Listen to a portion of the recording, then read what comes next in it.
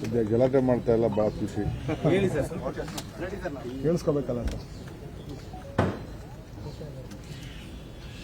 So ತಮಗೆಲ್ಲ ಗೊತ್ತಿದೆ, ನನಗೆ ಶಿಕ್ಷಣ ಅಂತಂದರೆ ಭಾಳ ಪ್ರಿಯವಾದ್ದು. ಇವತ್ತು ಹೊಸ ವರ್ಷ, ಶಿಕ್ಷಣ ಶೈಕ್ಷಣಿಕ ವರ್ಷ ಇವತ್ತು ಪ್ರಾರಂಭ ಆಗ್ತಾ ಇದೆ.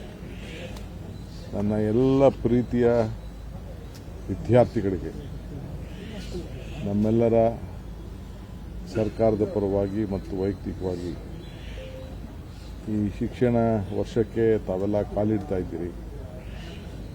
ಇಡೀ ಇವತ್ತು ನಮ್ಮ ರಾಜ್ಯ, ಇಡೀ ದೇಶದನ್ನು ನೋಡಿ ಪ್ರಪಂಚದಲ್ಲಿ ಕರ್ನಾಟಕ ರಾಜ್ಯವನ್ನು ನೋಡಬೇಕು ಅಂದರೆ ನಿಮ್ಮ ಹಿರಿಯ ವಿದ್ಯಾರ್ಥಿಗಳು ನಮ್ಮ ರಾಜ್ಯದಿಂದ ಯಾರು ವಿದ್ಯಾಭ್ಯಾಸವನ್ನು ಮಾಡಿದ್ದಾರೆ ಅವರು ಮಾನವ ಸಂಪನ್ಮೂಲಕ್ಕೆ ಒಂದು ದೊಡ್ಡ ಕೊಡುಗೆಯನ್ನು ಕೊಟ್ಟಿದ್ದಾರೆ.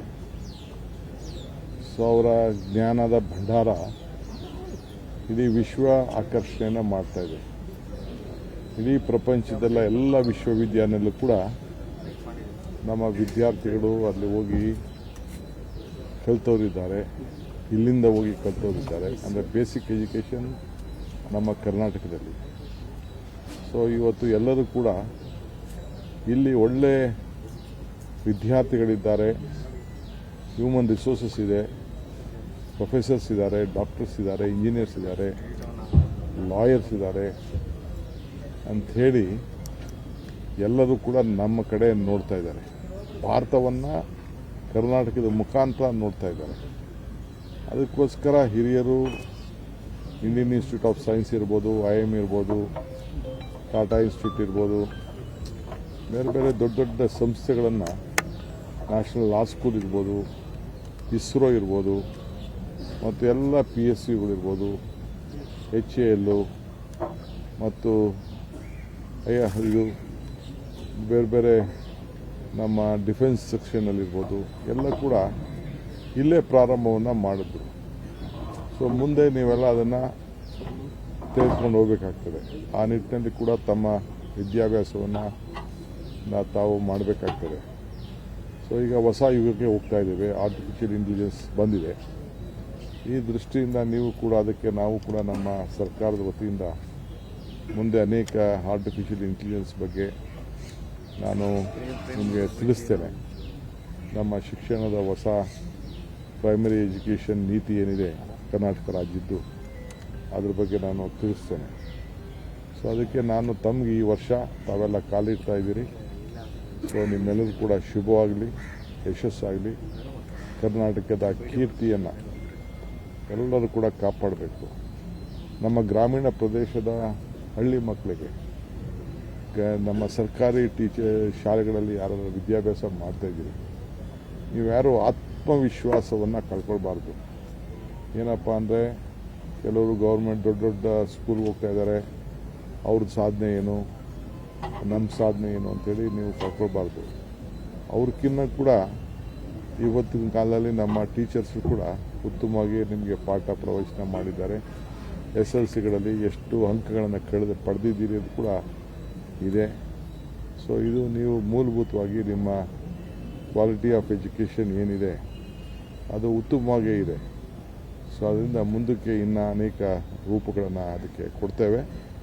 ಸೊ ಈ ವರ್ಷ ನಿಮ್ಮೆಲ್ಲರೂ ಕೂಡ ಒಳ್ಳೆಯದಾಗಲಿ ಅಂತೇಳಿ ನಿಮ್ಮೆಲ್ಲರೂ ಕೂಡ ನಮ್ಮ ಈಗಿರೋ ಸರ್ಕಾರ, ಮುಂದೆ ಬರುವ ಸರ್ಕಾರ ಎಲ್ಲರ ಪರವಾಗಿ ನಾವು ತುಂಬ ಹೃದಯದ ಶುಭವನ್ನು ಹಾರೈಸ್ತಾ ಇದ್ದೀವಿ.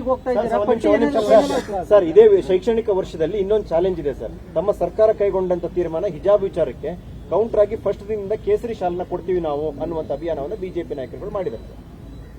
ನಮ್ಮಲ್ಲಿ ಮಾತಾಡೋಣ. ಕೇಸರಿ ಶಾಲ್ ಬೇಕು, ರಾಷ್ಟ್ರಧ್ವಜದ ಶಾಲ್ ಬೇಕು, ಅವೆಲ್ಲ ಆಮೇಲೆ ಚರ್ಚೆ ಮಾಡೋಣ. ಈಗೆಲ್ಲ ಚರ್ಚೆ ಮಾಡೋದಲ್ಲ. ಸೊ ದೆಹಲಿಗೆ ನಾನು ಸಿದ್ದರಾಮಯ್ಯ ಸಾಹೇಬರು ಹೋಗ್ತಾ ಇದ್ದೀವಿ. ಕರ್ನಾಟಕದಲ್ಲಿ ಫೈನಲ್ ಆಗಬೇಕಾಗಿತ್ತು. ನಾವು ಅದಕ್ಕೆ ಅನುಮತಿಯನ್ನು ಕೊಟ್ಟಿದ್ದು. ಆದರೆ ಅವರು ಗುಜರಾತ್ನವರು ತಂದೆ ಆದಂಥ ಪ್ರಭಾವ ಬೀರಿ ನಮ್ಮಿಂದ ಕಿತ್ಕೊಂಡಿದ್ದಾರೆ. ಅದಕ್ಕೆ ಮುಂದೆ ಕಿತ್ಕೊಳ್ಬಾರ್ದು ಅನ್ನೋ ದೃಷ್ಟಿಯಿಂದ ಅದಕ್ಕೆ ಏನೇನು ಬೇಕೋ ಸಿದ್ಧತೆಗಳನ್ನು ನಾವು ಮಾಡ್ತಾ ಇದ್ದೇವೆ. ಅದಕ್ಕೊಂದು ಟೈಮ್ ಹಿಡಿತದೆ. ಸೊ ಅದರಿಂದ ನಮ್ಮ ಸ್ಟೇಡಿಯಮ್ಗೆ ಅನ್ಯಾಯ ಆಗಿರ್ಬೋದು, ನಮ್ಮಲ್ಲಿರೋಂಥ ಯುವಕರಿಗೆ ಅನ್ಯಾಯ ಆಗಿರ್ಬೋದು. ಸೊ ಆದರೆ ನಮ್ಮ RCB ಕರ್ನಾಟಕದ ಹೆಸರಿನಲ್ಲಿ ಏನು ನಮ್ಮ ಸ್ಟೇಟು IPL ಇದೆ, ಭಾಳ ಚೆನ್ನಾಗಿ ಆಡಿದ್ದಾರೆ. ಅವರೆಲ್ಲರೂ ಕೂಡ ನಾನು ಅಭಿನಯಿಸ್ತೇನೆ. ಎಲ್ಲರೂ ಕೂಡ ಶುಭವಾಗಲಿ. So on behalf of the state of Karnataka and all the fans of Karnataka, RCB followers, I wish them, you have made proud Karnataka proud, RCB proud.